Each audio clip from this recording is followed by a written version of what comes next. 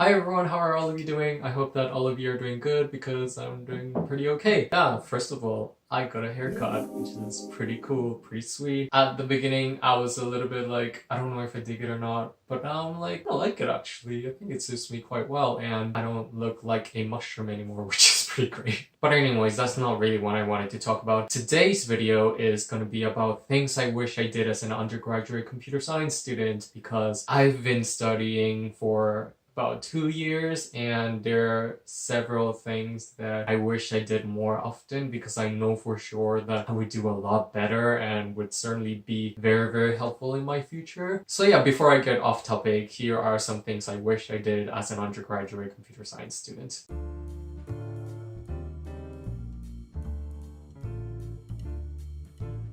Alright, one thing I wish I did more often is to do revision on the same day after those classes. And it doesn't even matter if it's like 5 or 10 minutes. I feel that that could make a huge difference in order to retain what I've learned during that time.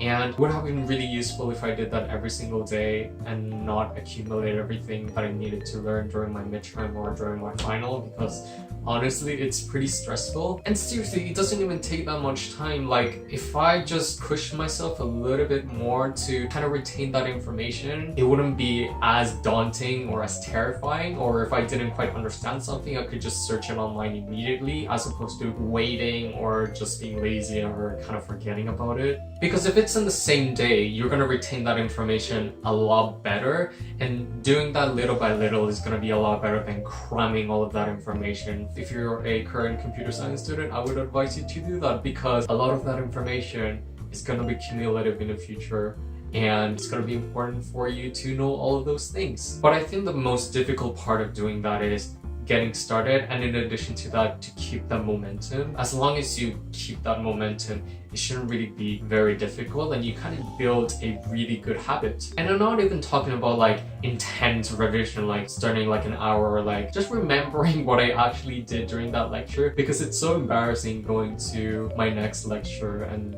forgetting everything that I've done and trying to like panically revising everything that I did, because that's not really fruitful or productive. And you know when you did pretty bad when the day before the exam you're starting to study everything and you're starting to learn things the day before the exam.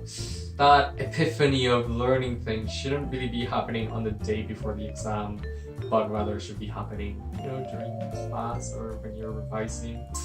Oh dear, you have no idea how many times that happens to me and it sucks. Another thing I wish I could do more often is whenever I'm confused on a concept or anything, to sort that right away and to answer that as soon as possible by asking my professor or finding online resources. There have been so many times where I have something that I'm not very sure about and then I think to myself, oh, I'm probably gonna figure it out like eventually, I don't know, or I'm gonna figure it out as I go, but no, I need to get that sorted right now, otherwise it's gonna become worse. Everything that I don't know is gonna start to accumulate, and by the end of the semester, I'm gonna have all of those questions that I still don't know, and I'm gonna be like, shit, that's a lot of stuff that I don't know. And I think this is especially relevant for computer science classes because everything is extremely cumulative. So for example, in my algorithms class, when we were reviewing time complexity, I wasn't feeling very comfortable with the topic, and instead of asking the professor, sending in emails and trying to sort that out, I was like,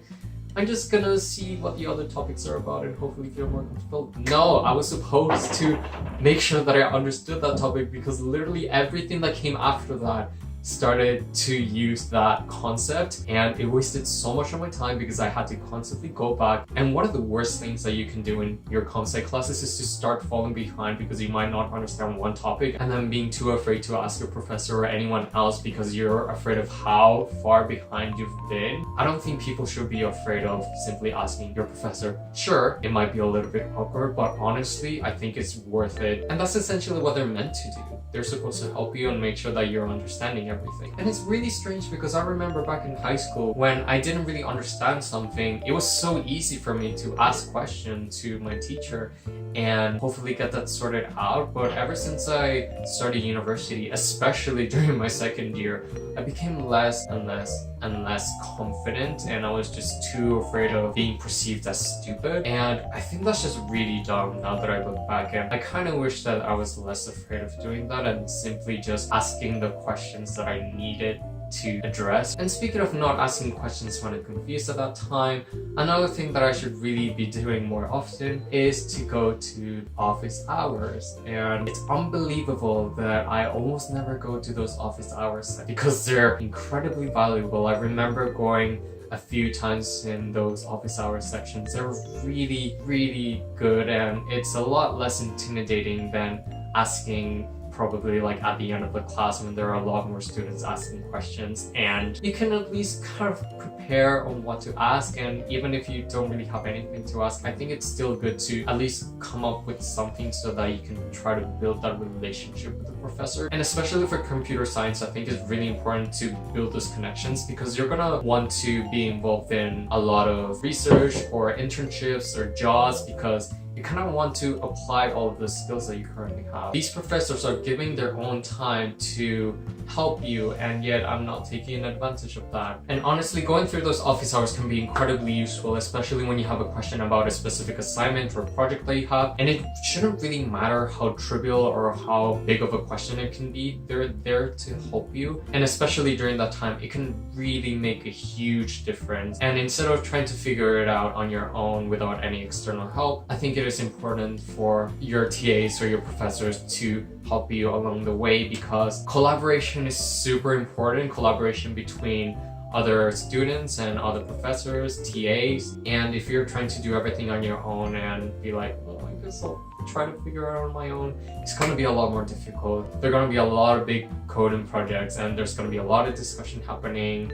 And yeah, so going to office hours, having those questions cleared up, and having that discussion among students and other people, I think that's extremely important and should definitely be something that I should be taking more in account of. I still need to remind myself to do that more often instead of being too scared of asking very trivial questions and simply feeling embarrassed because I might be afraid that they're gonna judge me and think that I'm stupid or dumb, which that in itself is stupid. And another thing I wish I could have been doing more beforehand is to just code more often, because I've noticed that I haven't really been coding that much at all, and I've just been coding just for the sake of doing it for projects or for grades, and I haven't really been coding that much in general, which sounds terrible. I feel like I'm a terrible example for any computer science student.